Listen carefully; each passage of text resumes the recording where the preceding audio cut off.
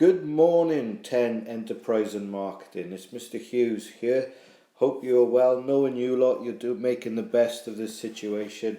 And just to let you know that all our staff are thinking of you and hoping or wishing one day that we'll be back in school and things will be back to normal as soon as possible.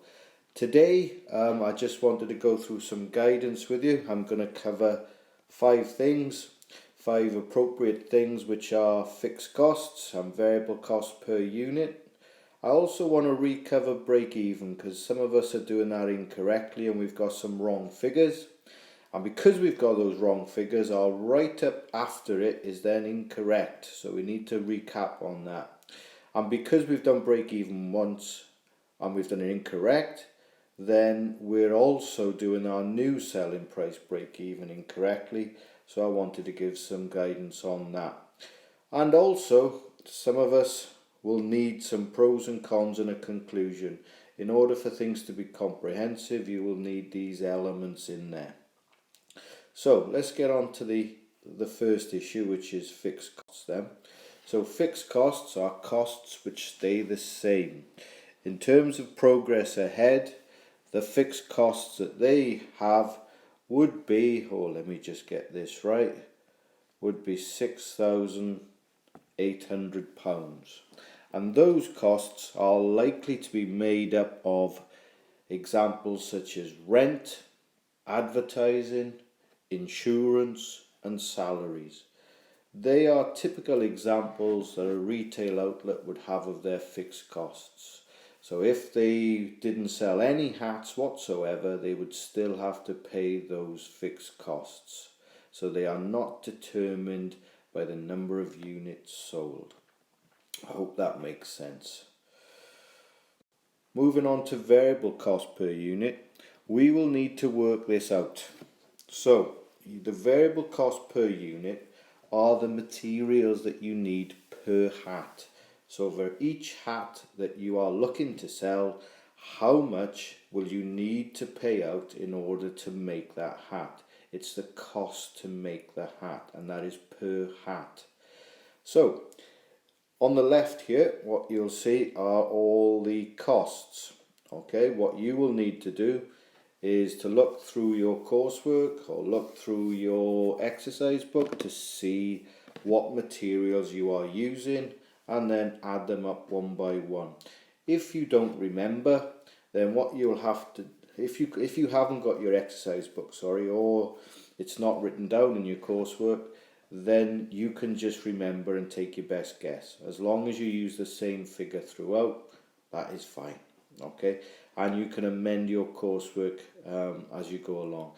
I believe that you've written it down in your coursework, but if not, then you can just assume and estimate what there was. That would be fine. So if we look at my example here, I've got a really basic hat where it's leather and it's for an infant. So I've got £3.40 for the leather and £1.40 for the straw. I simply add that up and it comes to £4.80. You may have a nice flashy hat and you might have some satin in there or some cotton, or you might have a ribbon. So don't forget to add these accessories in also. So just total them up, and that should be in your coursework. Okay, that needs to be recorded. Doesn't matter where, as long as it's somewhere in task 5, whereby you've itemized what are the materials that you've used, and you've totaled it up, and you've got a variable cost per unit. Just make sure it's reflected in your totals as well. So that's a good place actually where you could find your your unit variable cost. Then we're going to move on to break even.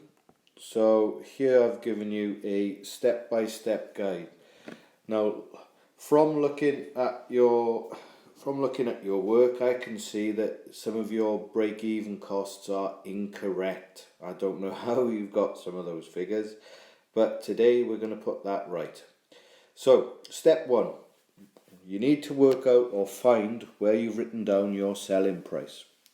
So that is the price that you will sell your hats per hat. Also, as we've just talked about, you should have a unit variable cost written down somewhere. So once you've got those, you are then able to move on and work out your break even. So step 2, what we'll then need to do is to take that selling price, and we'll then need to subtract the unit variable cost. That's actually called a contribution. It's called contribution because what are you contributing to pay off your fixed costs, your 6,800. So we work out the difference between the two, and then we divide the 6,800 by that calculation. So here's my example. Selling price 10, unit variable cost 8. I subtract, do my sum, and that gives me a contribution of £2. And a separate calculation in my calculator, I think that's where we may have gone wrong. You then divide the 6,800 by the 2. That'll then give you the number of hats. So what you will need to do in your coursework is, if you've got your break-even calculation incorrect, then what you should do is you should redo the calculation, and then in the analysis after that, you should then amend the figures that you've used, because you've been doing analysis on the wrong figures.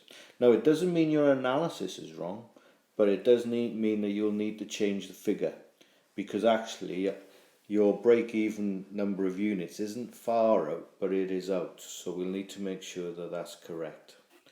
On this slide, use that process. Now, leading on from that, same situation. Because you've done the original break-even calculation correct, you've then gone on to do the new selling price calculation incorrect.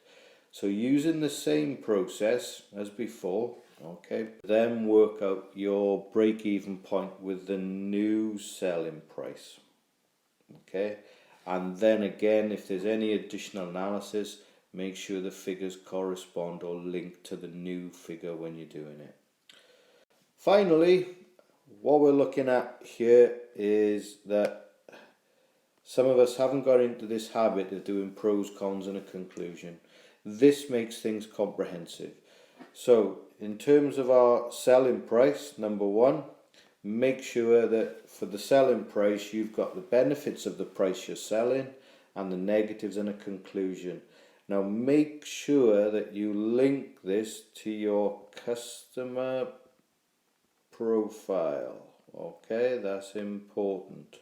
As you can see, my handwriting has not improved, it's deteriorated to that of a 3-year-old. But nonetheless, the information is correct. Make sure you've got pros, cons and conclusion for the selling price, the new selling price, financial viability.